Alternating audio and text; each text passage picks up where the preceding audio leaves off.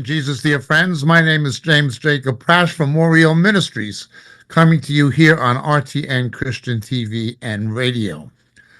RTN is a multifaceted Christian media ministry founded in Scotland, but it is from Scotland to Britain to the world. We have, obviously, Christian TV and radio on the internet. We have podcasts, we have social media, and a range of other features. We have a gamut of Christian authors, speakers, evangelists. And at RTN, we are here for the Lord. We're here to reach the unsaved with the gospel, and we are here for you. I'd also point out our Christian worship ministry, some very edifying and Christ-centered Christian worship music. In addition, everything we do is to the glory of God, the salvation of souls, and the edification of the body of Christ and upbuilding of saved Christians. That is our goal. That is why we're here. At the moment, I am in Los Angeles, California, or I should say, what is left of it. That's what I'll be talking about today. I'd like to begin, first of all, please, by reading a few verses from the book of Nahum initially. Nahum chapter 3. Now, Nahum means comforted, comforted. Jesus lived in a village called Kafar Nahum, Capernaum, the village of the one who was consoled. It was not the hometown of the prophet Nahum, but Nahum's name means the one who is consoled, the one who is consoled. Chapter 3, verse 1, woe to the bloody city, completely filled with lies and pillage. Her prey never departs. Something happens.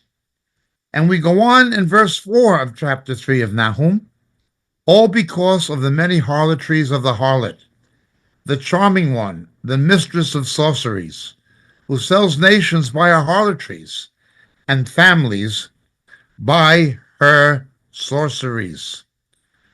Quite a thing. If that's not a description of Hollywood, as it was written, it was a description, of course, of ancient Thebes and Nineveh. Nahum is warning Nineveh and Thebes about destruction, the impending destruction.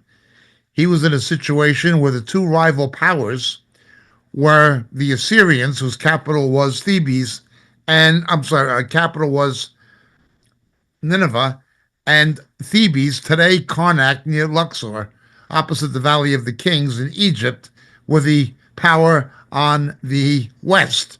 So Israel was caught between these two powers, one on the east and one on the west, represented by their capitals, Thebes, today called Karnak, and very well excavated, and the place where Jonah would later testify and warn, where Jonah testified and warned, we're told, is Nineveh. This is Nahum. But the city he's prophesying about was the epicenter of immorality, and it exported immorality to other countries, to other empires, to other nations. I'm against you, declares the Lord of hosts. I will lift up your skirts over your face and show the nations your nakedness, and to the kingdoms your disgrace. I will throw filth on you and make you vile, and set you up as a spectacle. And it will come about that all who see you will say, Nineveh is devastated. Who will grieve for her? Who will I seek comforters for you?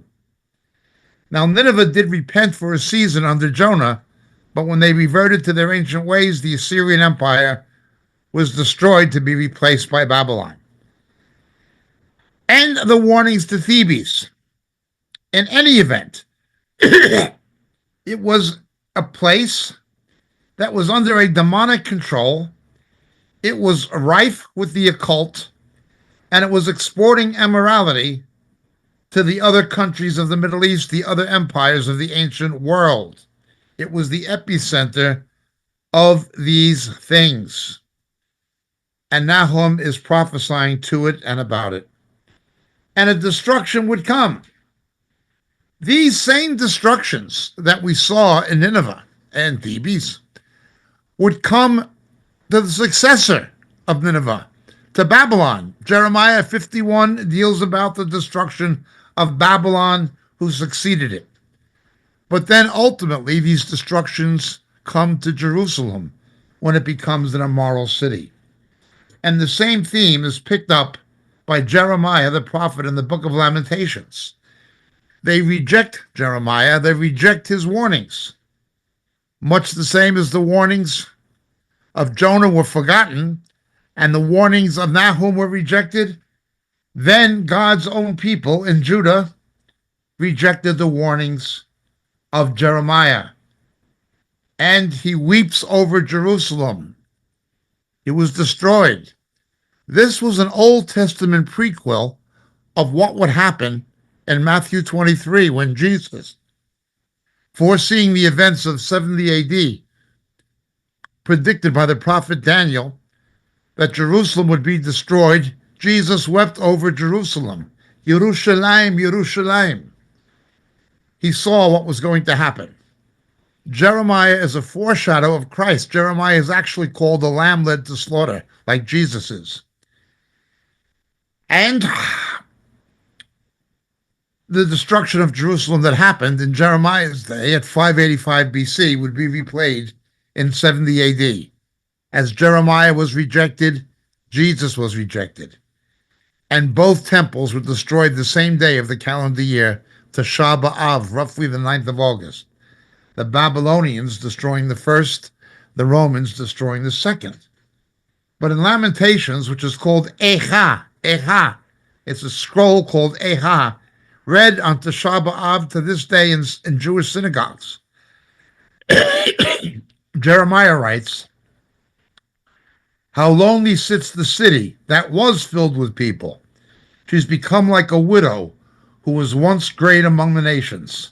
She who was a princess among the provinces has become a forced laborer. She weeps bitterly in the night, and her tears are on her cheeks. She has none to comfort her. Among all her lovers, all her friends have dealt treacherously with her. They've become her enemies." In the salubrious neighborhoods of the film industry that are residential to the west and north of Hollywood, you have Beverly Hills, Holmby Hills, Bel Air, and proceeding west, you come to a high area known as Pacific Palisades, where you have these rather salubrious mansions with views of the Pacific Ocean from above that.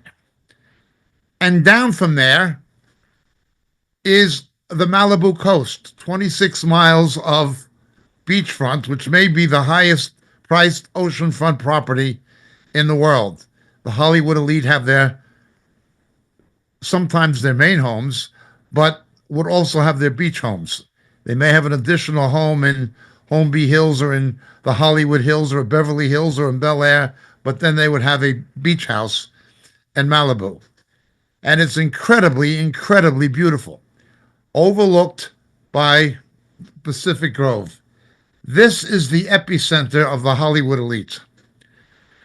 Now, Hollywood, the film industry, is there, but also not far away. It's gone down now a lot because of internet and certain other things.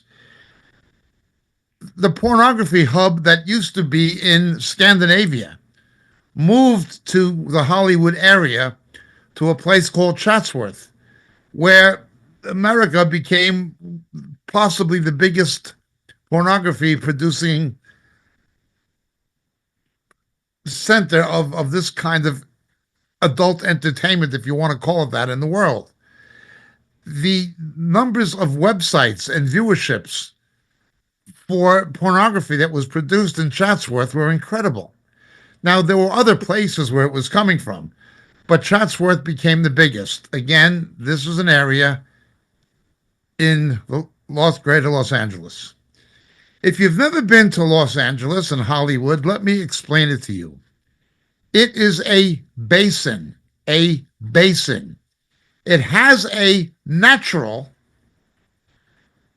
green belt comprised of mountains. The San Gabriel Mountains, Santa Ana Mountains, some of the Sierra Madre Mountains, um, they surround Los Angeles. To the south is Orange County, where Disneyland is and things like that. But LA is largely a basin. Now, this basin has a problem because of the amount of automobile traffic. It can look in the summer, especially, like a huge atmospheric titration. Yellow and brown and ugly black smog, not smoke, smog. And it's contained, it's held in the basin. Fortunately, there are these windstorms that come down through the ravines and the surrounding mountains and disperse this concentration of pollutants and emissions and push them out into the Pacific where they're absorbed. Okay, there is that. So these windstorms that are seasonal, they have a beneficial effect in dissipating the pollution. The pollution in Los Angeles is quite bad. Now, that's true of many cities, of course, but because of the basin effect, geophysically and geologically, Los Angeles is really bad. It's really bad. It's contained. It doesn't blow away as easily as it might in a windy city like Chicago.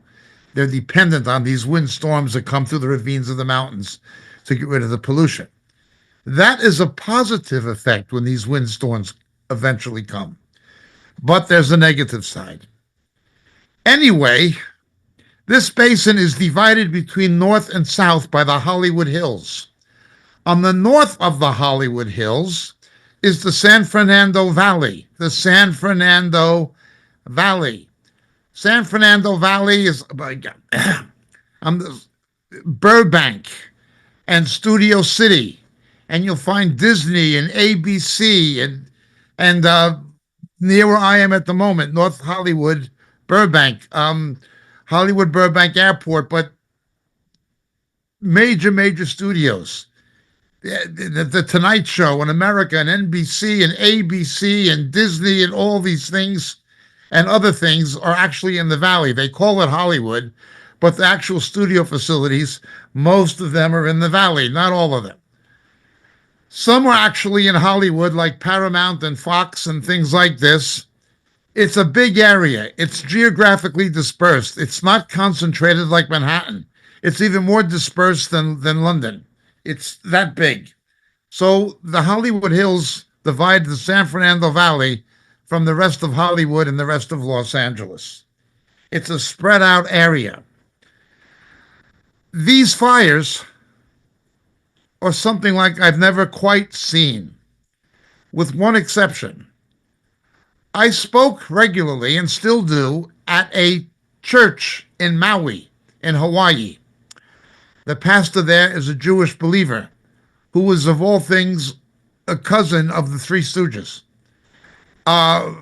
famous American comedy entertainers, entertainment short films, legendary. And his mother was a cousin of the Three Stooges. This Jewish pastor and his wife, who's Israeli, and they've been friends of myself and my family for some time. And I would spend a lot of time in Maui. The Christian author, Dr. John Weldon, who's now with the Lord, lived in Maui. I spent a lot of time with him, and I had a Christian business partner in Maui. Anyway,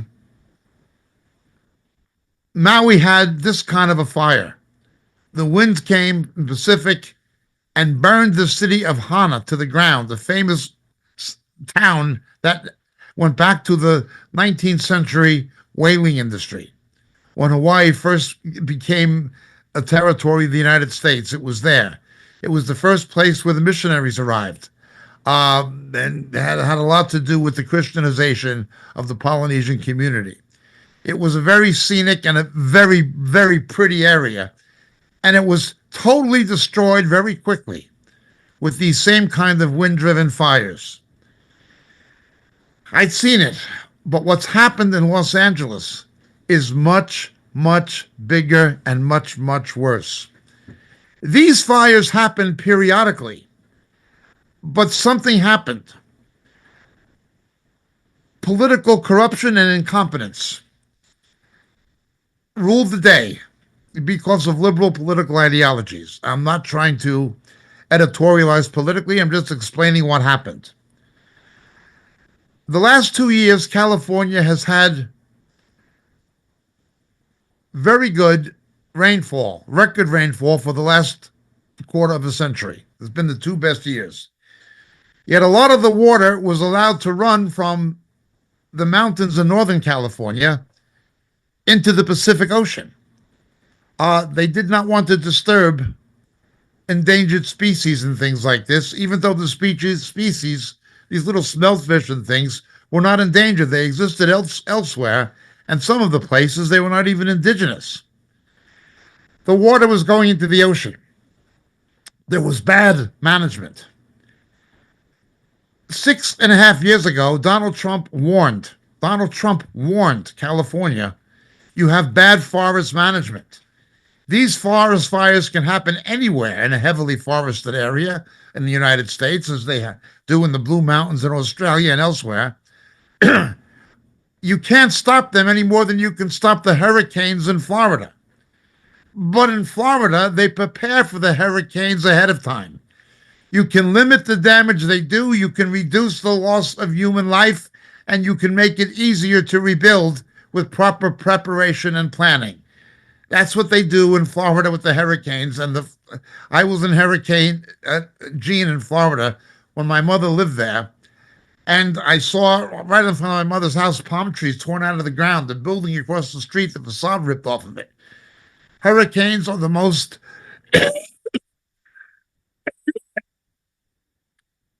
powerful natural disastrous storms in the world. It's unbelievable the velocity of the wind in a hurricane and the torrential rain and what they do. It's sort of like having if you've never been in a real hurricane, it's sort of like having a tornado in the middle of a very heavy rainstorm. It's incredible. And the damage they can do. Yet, they rebuild quickly. They limit human loss in Florida. And there's been some very bad hurricanes, particularly this year.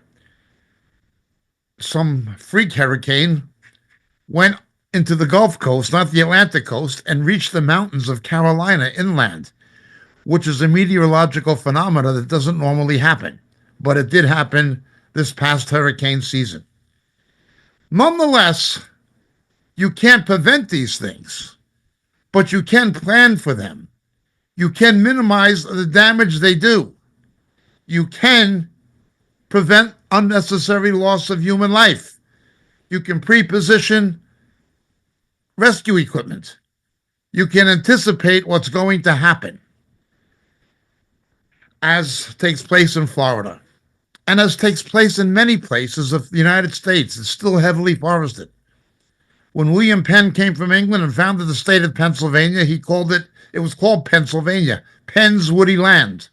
Penn's Woody Land. Well, Pennsylvania, now in the 21st century, is still saturated with big forests. Big forests. Not Philadelphia or Pittsburgh or the cities or the Lehigh Valley, but the rest of Pennsylvania is saturated with forest land. It really is. You've got a farming belt in the Pennsylvania Dutch country. There are places that are not forested that heavily, but most of the state has big forests to this day, the same as it was in the 17th century. Yet, it's managed. Federal parks, national parks, it's managed. They build fire trails. Fire trails. These fire trails have a purpose, not only to evacuate people in a fire or to move firefighting equipment into the depths of a forest, but they create a natural gap that when a forest fire comes, it runs out of trees to burn. There's an open space, and the trees can't burn any further because there's no trees. They've been sold for timber, and a road has been put in, and a space has been created. Additionally, they remove the underbrush and dead wood.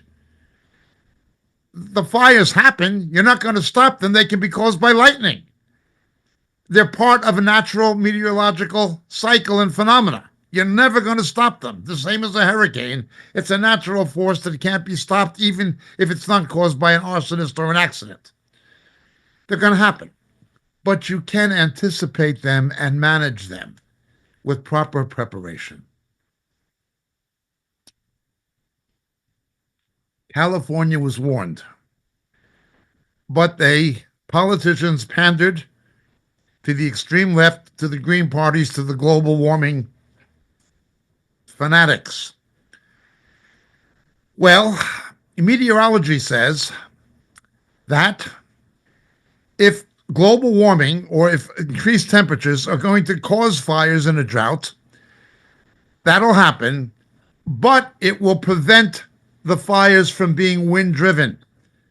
The increased temperature and that kind of environment prevents wind concentrations coming through the ravines the way they did this past week in Los Angeles. Yet, despite that being a scientific fact, the science is ignored in favor of the narrative. And left-wing politicians were blaming global warming. When in fact, if global warming was a factor, it wouldn't have happened because the winds would not have reached 100 miles an hour. Normally, in these forest fires, the forest burns up. There's more houses and roads down, more green belt up. The fires burn up. This time, the fires burned from up to down. It went the opposite direction.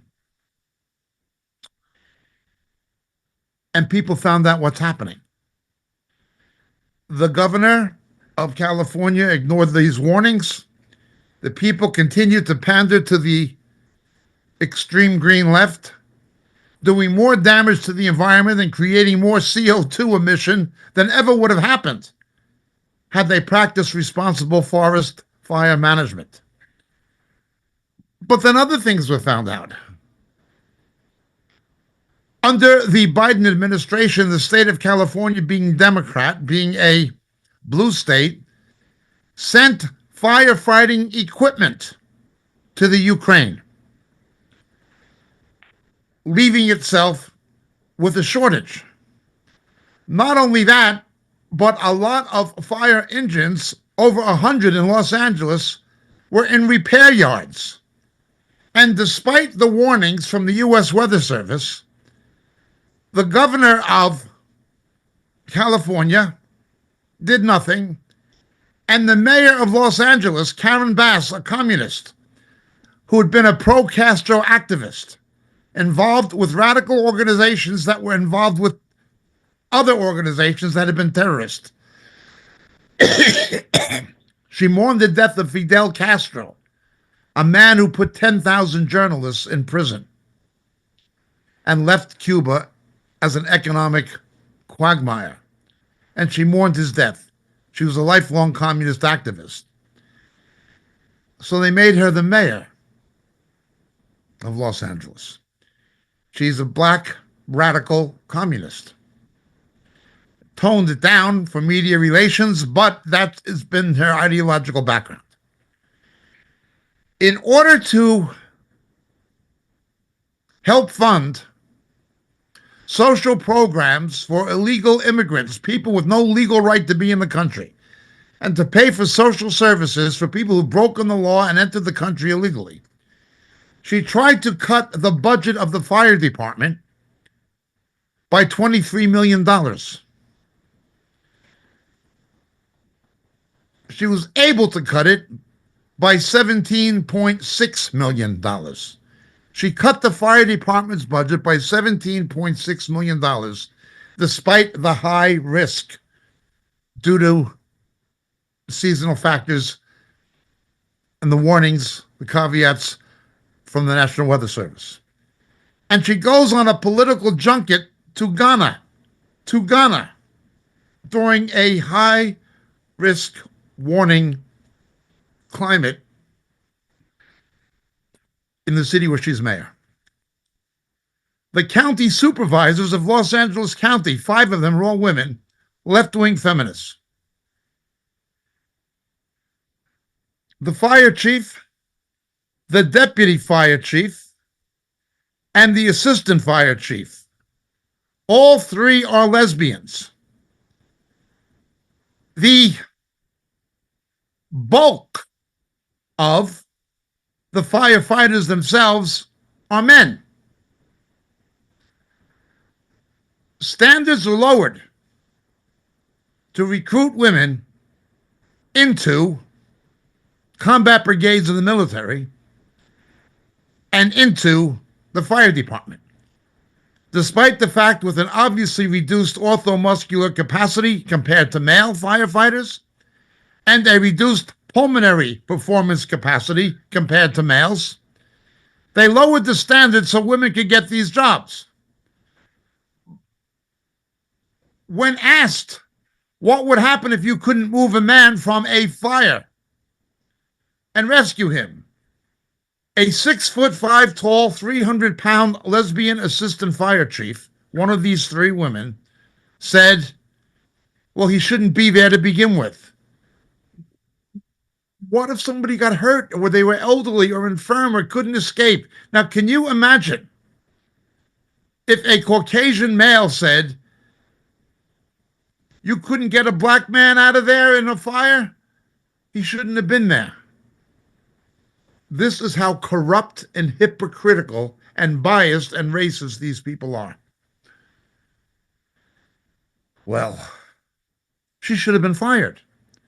Except that she shouldn't have had the job to begin with. She cannot perform the same capacity as men. If you can't perform the same physical capacity testing as male candidates for the fire department, you shouldn't have you want the same job, you meet the same standards. But it was worse than that. While the budget was cut by $17.6 million, this other lesbian, a Caucasian lesbian, who other male firefighters said was not a very good firefighter, she was promoted on the basis of identity politics because she was a lesbian. She said, I don't count numbers. There's never enough.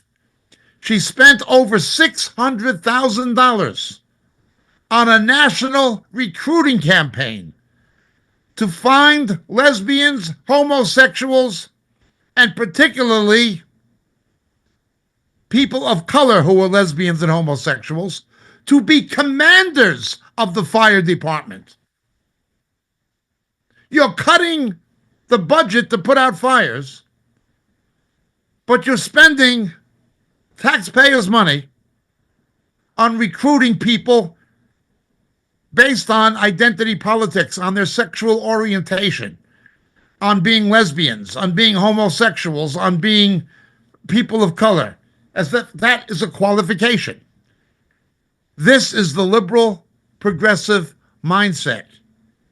And there is nowhere it has been more prevalent and established than in California, and particularly in Hollywood. They reap what they sowed. You couldn't make this up. Can you imagine promoting somebody to command people who are doing jobs that are matters of life and death, who couldn't do the job themselves physically, simply because they're a lesbian or a black lesbian or a whatever, or a woman, and then slash the budget? This actually happened. This was not the beginning of it.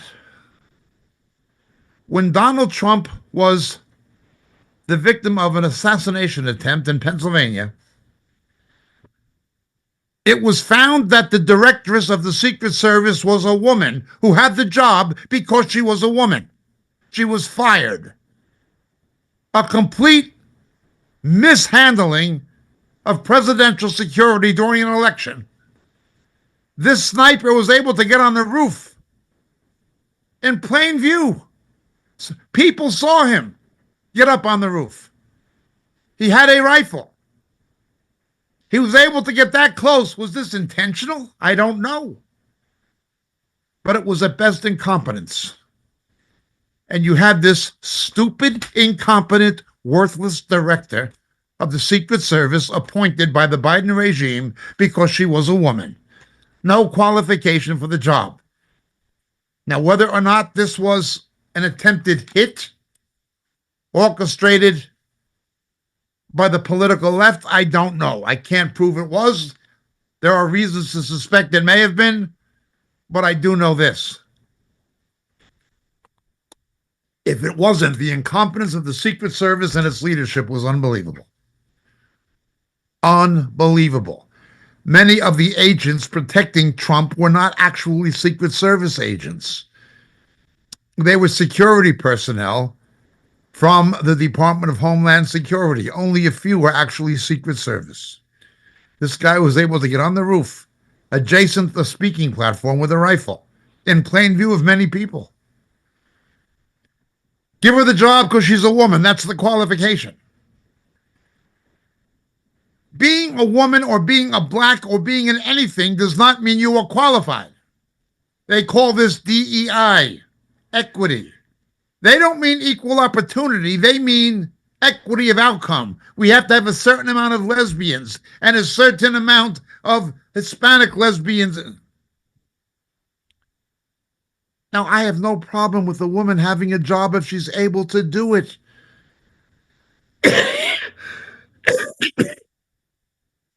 I would love to see an American Margaret Thatcher.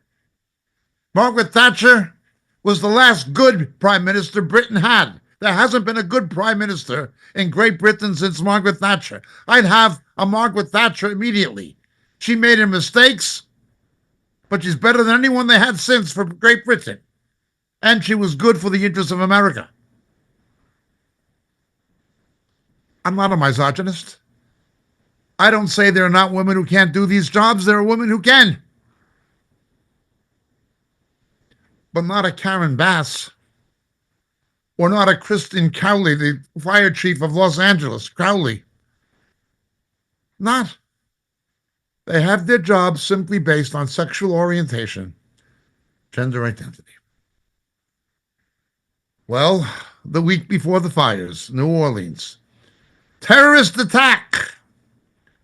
You had a police chief, superintendent, who had to leave on bad terms, was fired and filed a lawsuit in Seattle when she ran people over as a policewoman. She becomes the police superintendent of New Orleans during that terrorist attack. There were traffic barriers that were not deployed on the streets around Bourbon Street in the Val Carré, the French Quarter of New Orleans, which I know quite well. She said, I didn't know we had them. She has her job as police chief, not because she walked the beat and had been a detective and learned the job inside out for years in New Orleans, but because it is a liberal city, a progressivist city run by Democrats who wanted to have a woman. Well, they got one. And they had a disaster on Bourbon Street. Eminently unqualified for the job. We've seen this in academic spheres. The president of Harvard University, a plagiarist, and most would say a racist, only had the job because she was a black woman. Oh boy. A mayor of San Francisco, London Brooks, she says, I may be the mayor of San Francisco, but first of all, I am a black woman. Now, she was a pro-crime mayor who was recently voted out of office. Can you imagine if a white male said, I may be the mayor of San Francisco, but I'm first of all a white male? I would have said he should be fired. I would have said he should be fired. He's a sexist and a racist. but a black woman gets a pass even though she's a sexist and a racist and an incompetent.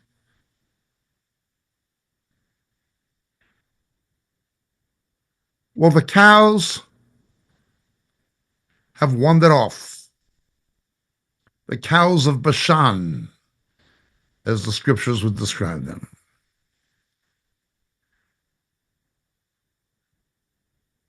Things have come home to roost. Destruction came. They reap what they sowed. Hollywood! You see all over the place Scientology and the occult all over the place. And you see institutionalized sexual immorality and smut, just as described by the prophet Nahum. At the Golden Globe Awards, the second biggest awards after the Oscars in Hollywood, after the Academy Awards, after the Oscars. It's the second biggest. It is roughly the American equivalent of the British BAFTA, or what you would see in Cannes in France. God was openly mocked. They had a female comedian. We openly have favorable mention of parents and of filming crews and producers. They're all getting 13 mentions and 3 mentions and 5 mentions. But God Almighty, the author, the creator of the universe, doesn't get even 1. And they all laughed and clapped.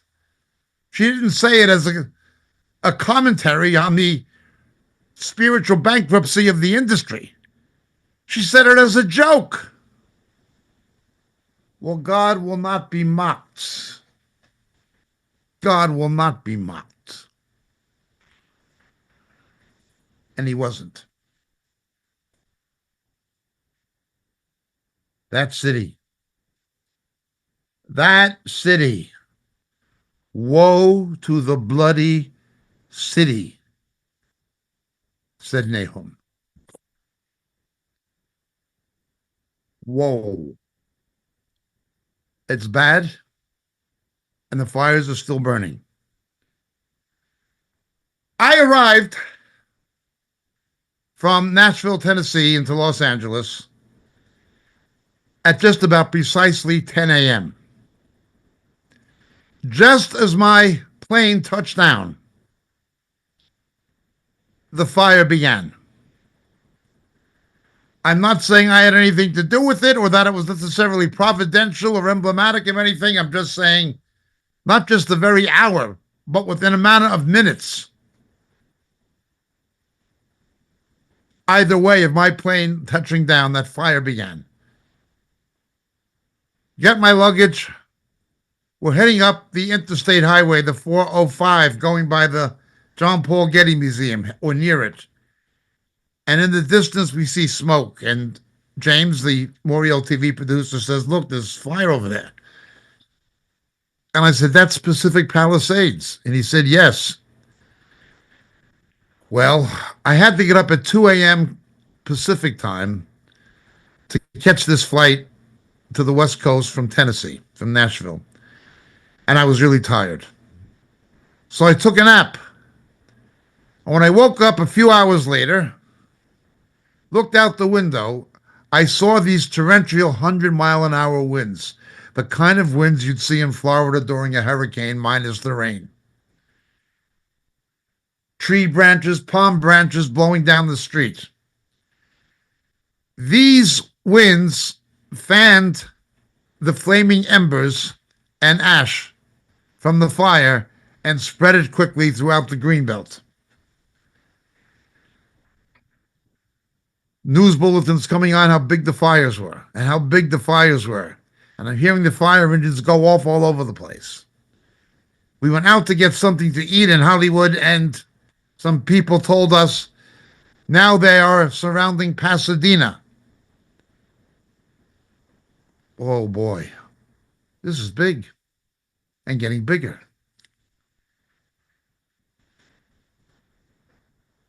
There were power blackouts all over the place. And the streetlight system, the semaphores, had their own separate electrical grid to empower the streetlights and emergency communications. That went out, causing traffic jams and congestion at every junction, every summit, every intersection. The traffic was jammed up because the streetlights weren't working. This made a mess where fire engines and ambulances couldn't get through very easily because the traffic was jammed up because the streetlights weren't working because the electricity was knocked out because of the fire. Everything that could go wrong. We later found out that the Los Angeles Fire Department was short of firefighters because so many of them refused to get vaccinated for COVID. A failed vaccination program that didn't stop the spread of COVID. It didn't work. Everybody knows it. Something that should have been a medical, scientific issue was politicized and turned into a political issue by a corrupt federal government and the mainstream media. So these firefighters who wouldn't get vaccinated were fired. Now you're short of firemen. And the main reservoir near Malibu, adjacent to Pacific Palisades, was empty. Despite the high fire risk alert, the mayor was in Ghana on a political junket again. And it all happens. Turn on the fire hydrants, there's no water coming out. Nothing to stop it. Fire engines couldn't get through. Traffic jammed up all over the place.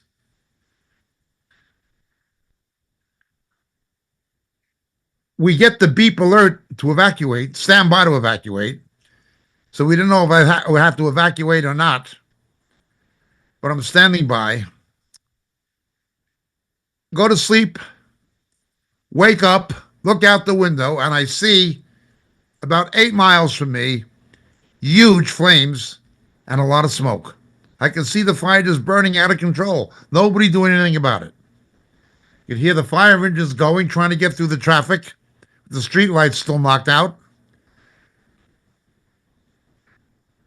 It was just a mess.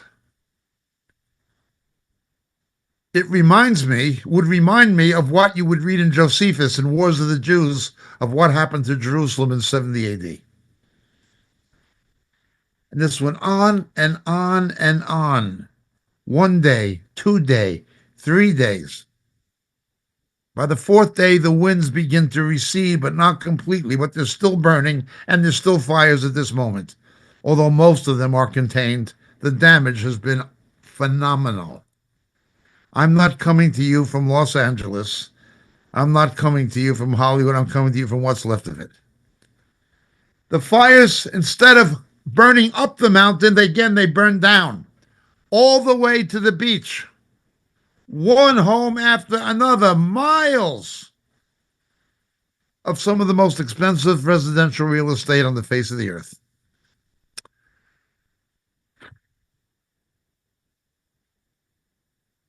I do believe that this is not just a natural phenomenon. I do believe that it was not a disaster just like the hurricanes that happened. I do not believe it was only because of political corruption and bad management and DEI leadership of government agencies who was unqualified, who were only appointed on the basis of identity politics. Unqualified people in leadership positions, as if being a lesbian makes you qualified. Those are all factors. But there's another factor. That other factor, I'm quite convinced, is the judgment of God. The way he was mocked at the Golden Globes, the godlessness that comes out of Hollywood, The hypocrisy of limousine liberals, the elite. You can't have this, you can't do that, but we can do anything we want. Yes, global warming, but we have private jets. You can't have any. We're going to put a CO2 tax on you. But I've got a Rolls Royce, a Lincoln Continental, a Cadillac SUV, a private Learjet. The hypocrisy, the dual standards. Now, I don't begrudge those people that they have those things. But they're like the Soviets, the apartheid, the party privileged. And they're driven by an ideology. The same as happens in the Soviet Union. It was exactly Pravda, Tas, Izvestia. And Putin is doing the same thing now. You hold to the narrative, forget the facts. Forget about DEI. Forget about bad budgetary management and diverting money away from emergency services to pay for social services for people with no legal right to be in the country. Forget about all that. Forget about the actual scientific realities. But they forgot about something else. They forgot about the Word of God. We read in Nahum, chapter 3, verse 13, your people are women in your midst. To give power and position to people just because they are women. Now again, qualified women, I have no problem. But if a woman cannot carry a 50-pound fire hose up 5 flights of stairs in a burning building and pick up a mannequin that weighs 180 pounds and get it down out of the building that's burning and smoking in a ceramic building where they test firefighters as fast as a man can, she shouldn't be a firefighter. And there's very few women who can do that.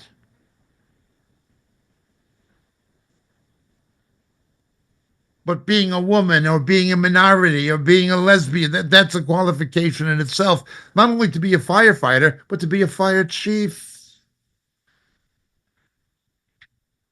This is sick. I find it very disturbing.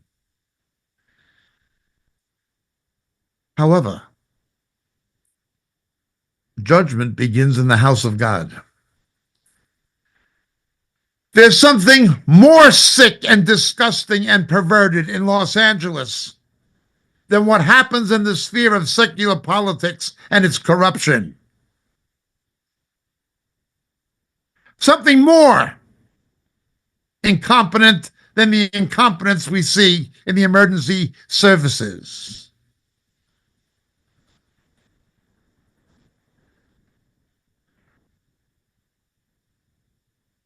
There's a woman who proclaims herself to be an apostle, a biblically ignorant babbler who proclaims herself to be an apostle, calling herself Catherine Glick. She is doing the same thing in Hollywood that 3 generations ago Amy Simple McPherson did in Hollywood. Your men are like women.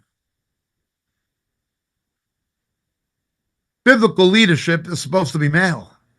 This woman is running wild, calling herself an apostle, teaching crazy doctrines, misleading, naive, undiscerning, biblically ignorant, and gullible Christians.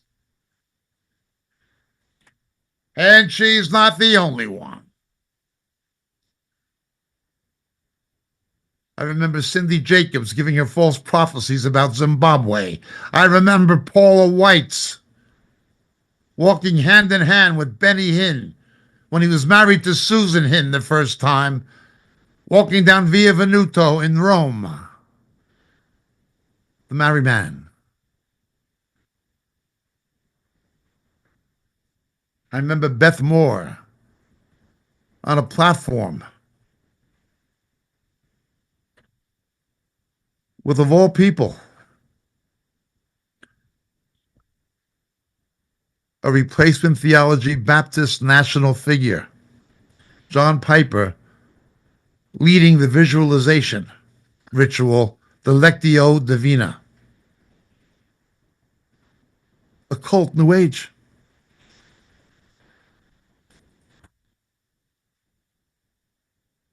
Your men are like women.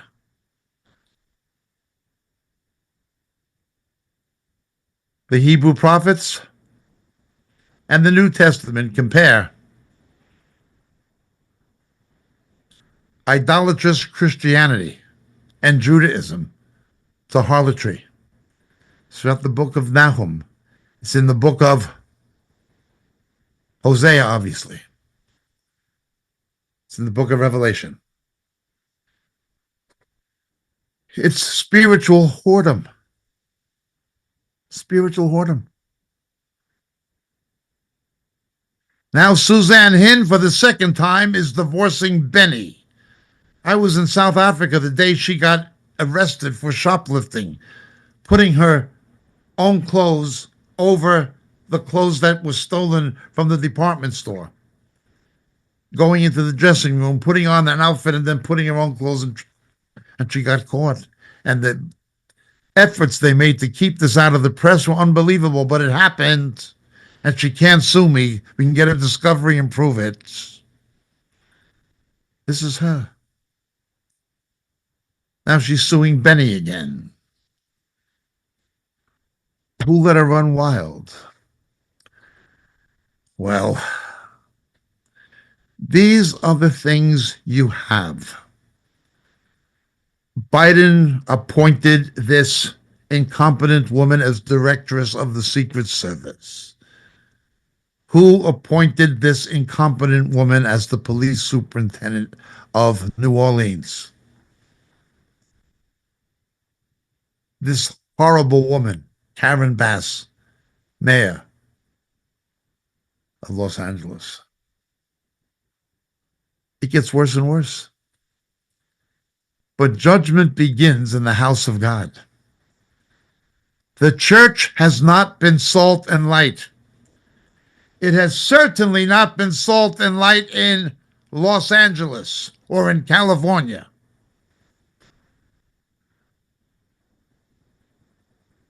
What happened in the society is a reflection of what happens in the church. We're not salt and light.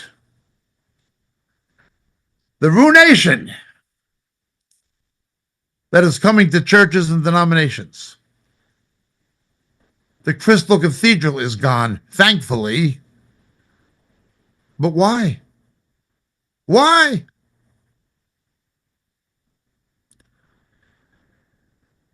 Ruination. Ruination.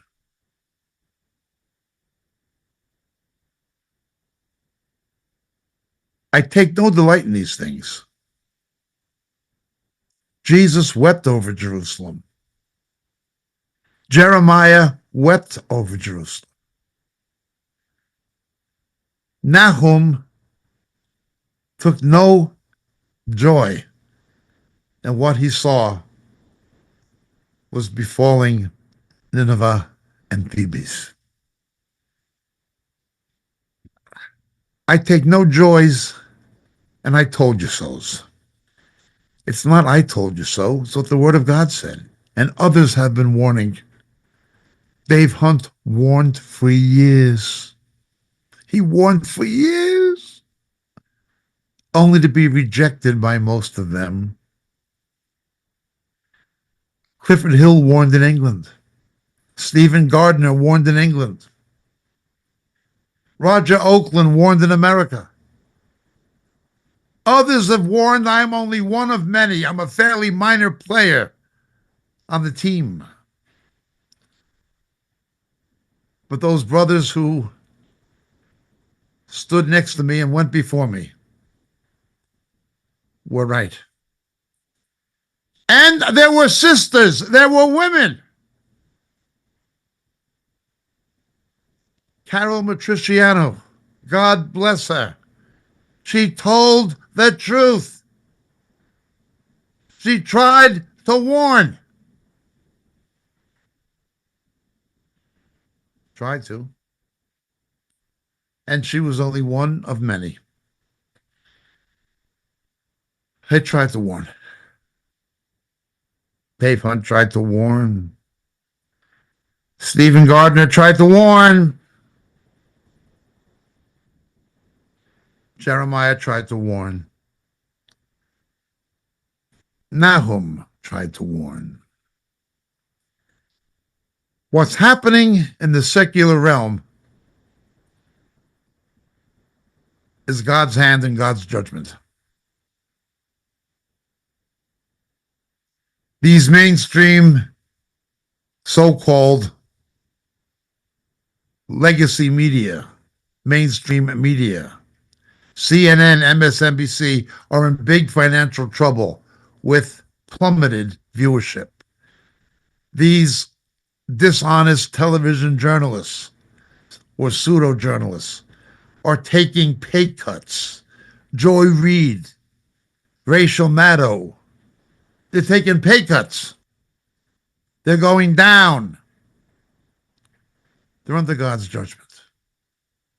Although he was 100 years old, it was not the death of Jimmy Carter, but the timing of it, coinciding with these other things. No, God's judgment at the present time is coming on the political left. He's fed up with the abortion. He's fed up with the homosexual agenda. He's fed up with their own racism and bigotry. He's fed up with their anti-Christian hatred. He's fed up with their biases against Israel. He's fed up, and his judgment has come. But let us remember something. Although that is true, that is very true, judgment begins in the house of God. My name is James Jacob Prasch from Moriel Ministries, coming to you here on RTN. God bless you. Have a wonderful weekend. Keep us in prayer, and thank you for listening.